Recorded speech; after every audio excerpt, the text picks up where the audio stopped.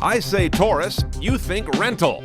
But there was a time when this was about the hottest real-world car around.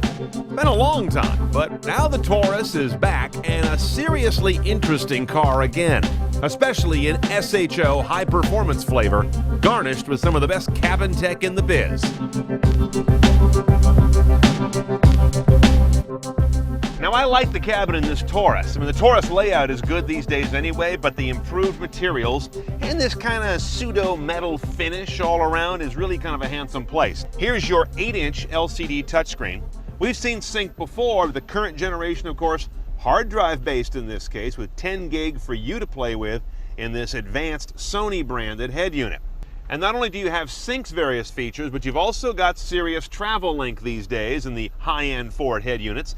That means the Sirius satellite radio connection is also going to bring you things like traffic data, weather forecast, including an overlay map, fuel prices, movie listings, sports information. So it's a pretty good quasi-connected automotive head unit. Under your media button, CD, DVD, here's your integrated slot right here.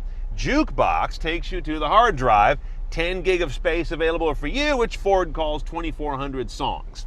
And user device takes you either to USB or the Bluetooth streaming you'd set up, wirelessly of course. Now our car is loaded up pretty good, so we've got a lot of toys in here, including a rear power sunshade, blind spot information system, little indicators on the far outside ends of the mirrors tell you when someone's back there. And as part of that, cross-traffic alerts. So when you're nosing out of a driveway, this thing will let you know in a blind situation if cross-traffic's about to T-bone you. It's kind of a Ford thing. We do have a backup camera on this car. Part of a package, doesn't come with every Taurus SHO. You hear it beeping? That's also your ultrasonic sensors to let you know you've got some BMW here this car would like to eat. One choice only on the gearbox here. 6-speed automatic with kind of a big old chunky lever here. It's pretty straightforward. You go up and down unless you want to go all the way back to manual. That's where your paddles kick in. Otherwise, you're driving along in drive. It's a real straightforward thing that doesn't have a lot of left and right sort of gating, which is fine. Now, Taurus SHOs have always been powered by kind of exotic, blown engines. In this case, EcoBoost is Ford's big deal these days. It basically means, in this case, V8 power and torque out of a V6 with hopefully economy that is more like a V6 than a V8. 3.5-liter aluminum V6 dual overhead cam.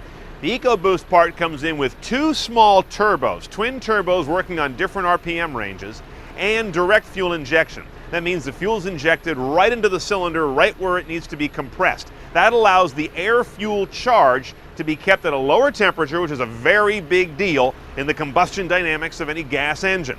Bottom line, 365 horsepower, 350 foot-pounds of torque, nice numbers, 1725 mpg, while getting you 0 to 60 in 5 seconds, or maybe a little bit less if you're really good.